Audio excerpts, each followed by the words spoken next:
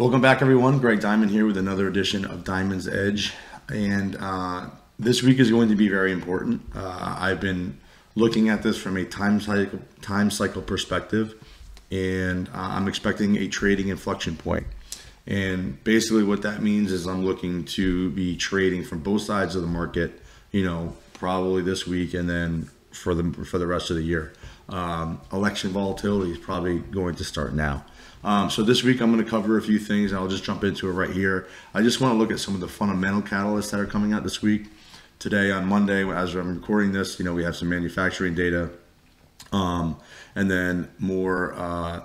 We get more inflation data through the ISM, and we also have the Fed's beige book that comes out on Tuesday. So we know that the Federal Reserve, through Jackson Hole and Jerome Powell, said that they're looking at cutting rates. Okay, well, what is this going to be reflected in what the beige book says? And then, as they go forward, what happens with data, because they are data dependent.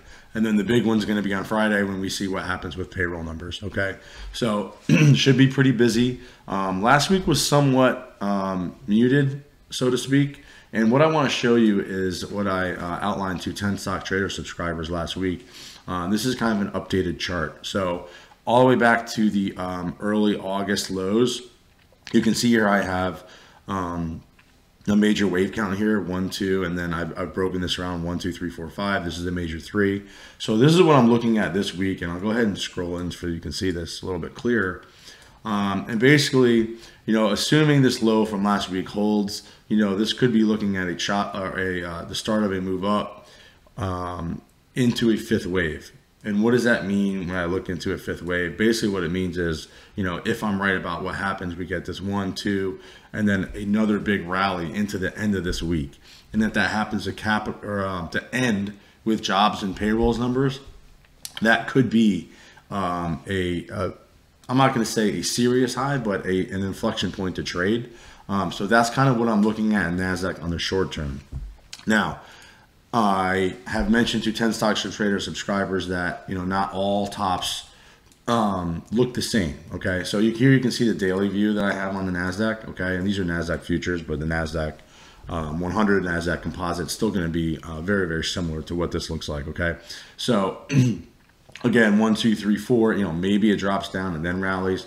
But let's look at this high up here back on July 11th. All right. Now let me go to the S&P, and you can see, so this is down here. Look at where the S&P is, right?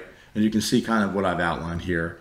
It may not be that steep, but you can see I have the time factors here, and I have what is possible in terms of this blue outline. Okay. But look how high the NASDAQ isn't back up there to that July 11th high, or this is the S&P was July 16th, but you can see how the S&P is. So we're already seeing some divergence, and if you think about what's leading this market, it's the NASDAQ, it's the semiconductors. Let's look at SMH, right? NVIDIA reported earnings last week. It wasn't as good as expected. I mean, it was good, but the future forecasts weren't as good. Now look at semiconductors, not even close to making that new high. Right. So when I see this type of divergence from leading sectors like the NASDAQ and semiconductors, and we don't see it, in the S&P, we can even go and look at the Russell 2000, and this is the IWM, and you can see here, I mean, this whole chart. Well, actually, let me go to a weekly here so you can kind of see it, because the small caps have not kept up at all, just in the last few years. So again, you can see, back in 2021, semiconductors and NASDAQ are way, way, way up here, new all-time highs. The small caps have not. So we're coming into divergence within these time factors. I think it's going to be very, very important week, a week that I will be trading. And again, as I told 10 stock trader subscribers for the last week or two, I'm prepared to trade a lot over the next few weeks, and probably most likely into the end of the year. So keep an eye on more inflation data, and then the payrolls at the end of the week, and then look for these divergences. That's what I'm going to be looking for. That's what I'm going to be trading off of. Thank you, and I'll see you next week.